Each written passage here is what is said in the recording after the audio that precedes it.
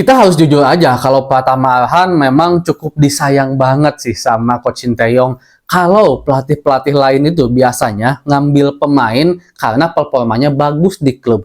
Beda sama Pratama Arhan. Walaupun cadangan mati, tetap dipercaya oleh Coach Sinteyong karena Coach Sinteyong punya alasan. Mari kita bahas dari sudut pandang penikmat sepak bola, bukan pengamat sepak bola. Dari Sabang sampai Merauke, kita bersaudara.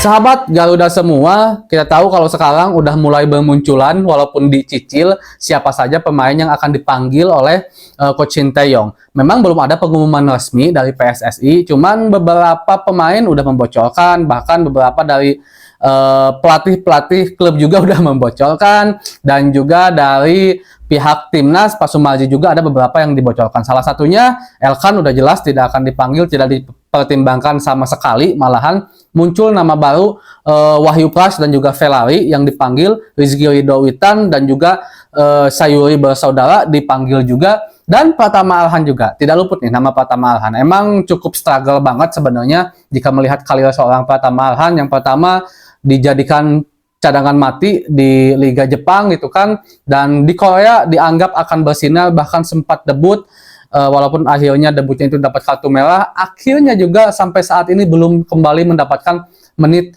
bermain. Dan ini cukup unik, sangat unik sekali ketika ditanyakan tentang Pratama Arhan, katanya memang Coach Sinteyong sebelumnya, sebelum ada kejadian yang kemarin Pratama Arhan itu yang ramai itu, memang udah mempertimbangkan untuk dipanggil atau tidak katanya.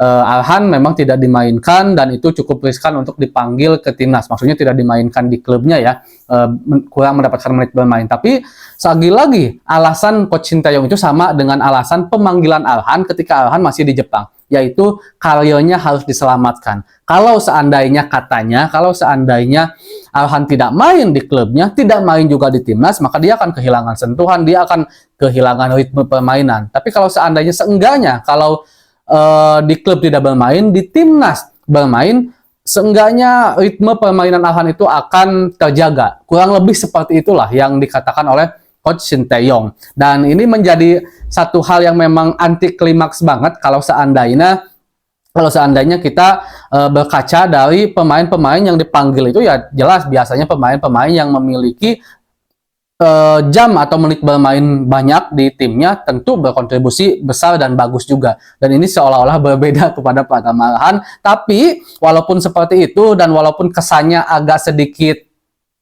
beda lah kalau ke Pratama Arhan, Coach Sinteyong, cuman Arhannya juga memang selalu menunjukkan permainan yang bagus. Kita ingat di kualifikasi Piala Dunia, di pertandingan-pertandingan sebelumnya, bahkan di Piala Asia juga, walaupun Arhan harus bersaing dengan Nathan, dengan Sen Fatinama waktu itu ketika belum ada Verdong, Pratama Arhan udah cadangan mati di Jepang dan sering dibicarakan kenapa sih pemain cadangan mati diambil segala macam. Nah, tapi terbukti Arhan selalu mendapatkan menit bermain, bahkan pemain inti oleh Coach Sinteyong, dan penampilannya pun bagus, sangat bagus. Jadi bagi saya, kalau seandainya pemain, walaupun pemain itu tidak bermain di klubnya dan juga dia kesannya seperti agak beda perlakuannya dari pelatih, kalau dia bisa menunjukkan performa yang baik di atas lapangan bersama timnas, dia bisa memberikan kontribusi yang bagus bersama timnas, ya kenapa enggak? Kecuali kalau memang permainannya pun jelek di timnas, ya itu satu hal yang wajar, kelihatan kalau yang nggak layak lah ada di timnas. Dan kabarnya juga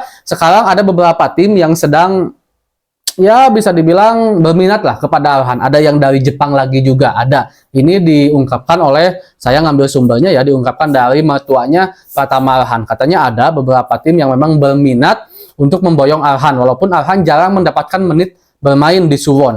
Dan waktu Arhan mungkin sedang mempertimbangkan tim yang meliriknya itu, Arhan juga berkomunikasi dengan Suwon. Apakah Suwon memanfaatkan Arhan untuk marketing saja? Katanya tidak. Bahkan Suwon pun akan memperpanjang kontrak Arhan. Jadi agak bingung juga gitu kan untuk Arhan. Apakah harus pindah ataupun harus bertahan di Suwon? Mudah-mudahan aja lah intinya bisa mendapatkan hasil yang terbaik buat Arhan juga buat timnas Indonesia. Segitu dulu mungkin untuk pembahasan hari ini teman-teman semua. Assalamualaikum.